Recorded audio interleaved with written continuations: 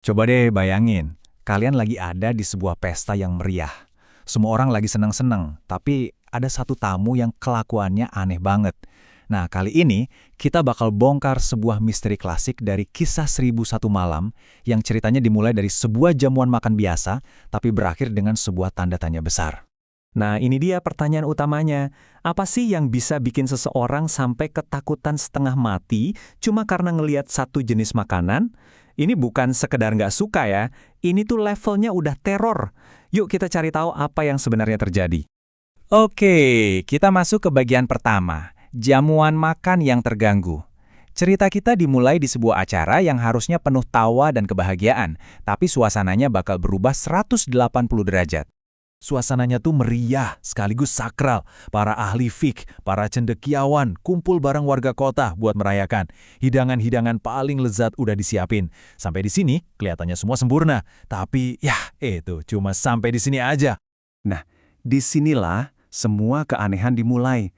Di satu sisi, ada zurbajah, hidangan daging yang kelihatannya enak banget. Tapi di sisi lain, ada seorang tamu yang langsung mundur ketakutan, bahkan sampai bersumpah nggak bakal nyentuh makanan itu. Reaksi yang ekstrim banget buat sepiring makanan kan? Waktu didesak sama yang lain, ini jawaban pertama dia. Kalimat yang penuh teka-teki. Coba perhatiin deh kata-katanya. Bukan karena dia nggak suka, tapi karena dia pernah menderita. Kata menderita karena makanan, wah ini langsung mengubah seluruh suasana di ruangan itu. Terus, dia malah ngeluarin syair ini, dan misterinya jadi makin dalam. Tiba-tiba, ini udah bukan soal makanan lagi. Ini soal pengkhianatan dan persahabatan yang hancur. Pertanyaannya, gimana caranya sepiring zurbaja bisa jadi simbol dari semua itu? Masuk ke bagian 2, kondisi yang aneh. Bukannya langsung cerita, orang ini malah ngasih syarat. Dan syaratnya, wah, bener-bener di luar nalar.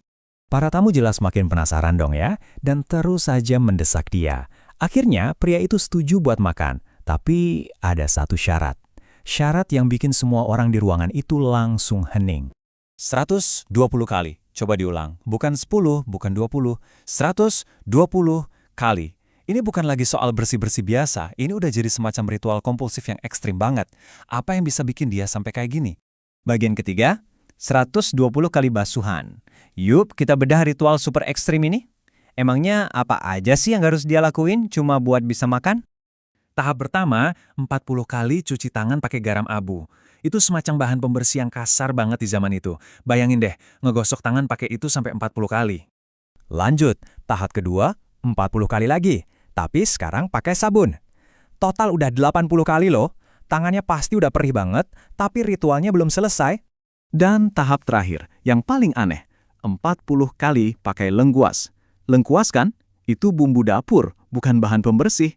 Totalnya jadi 120 kali basuhan sebelum dia berani nyentuh makanan.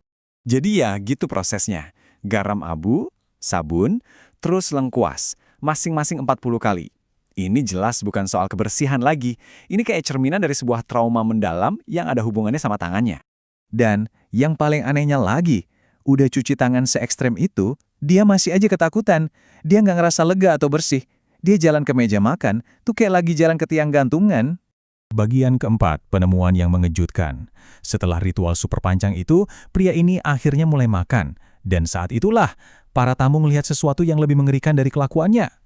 Dia makan dengan muka jijik gitu. Tapi yang lebih aneh lagi, cara dia nyuap makanan. Dia nggak pakai jempolnya sama sekali, makanya suapannya jatuh-jatuh terus. Akhirnya, ada satu tamu yang udah nggak tahan. Setelah ngeliat tangannya yang gemeteran dan cara makannya yang aneh, pertanyaan yang dari tadi ada di kepala semua orang akhirnya keluar juga. Hei, jempol kamu kenapa? Dan jawabannya bikin semua orang syok. Pria itu nunjukin tangannya. Ternyata bukan cuma jempol kanan yang hilang. Jempol kirinya juga nggak ada. Dan nggak cuma itu, kedua tumit kakinya juga udah nggak ada, kepotong. Simetri dari luka-lukanya ini nunjukin sesuatu yang mengerikan. Ini jelas bukan kecelakaan. Bagian kelima, kisah yang belum terungkap. Sekarang, semua potongan puzzle-nya udah ada di meja. Hidangan zurbaja, ritual 120 kali cuci tangan, dan luka-luka yang mengerikan itu. Para tamu, dan jujur aja, kita juga nuntut penjelasan.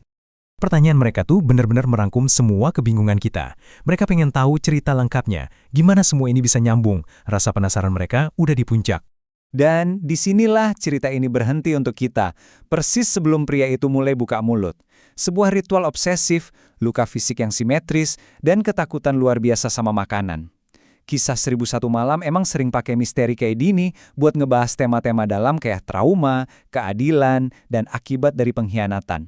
Jadi pertanyaannya tetap sama, kira-kira cerita mengerikan apa yang bisa bikin seseorang jadi sehancur ini?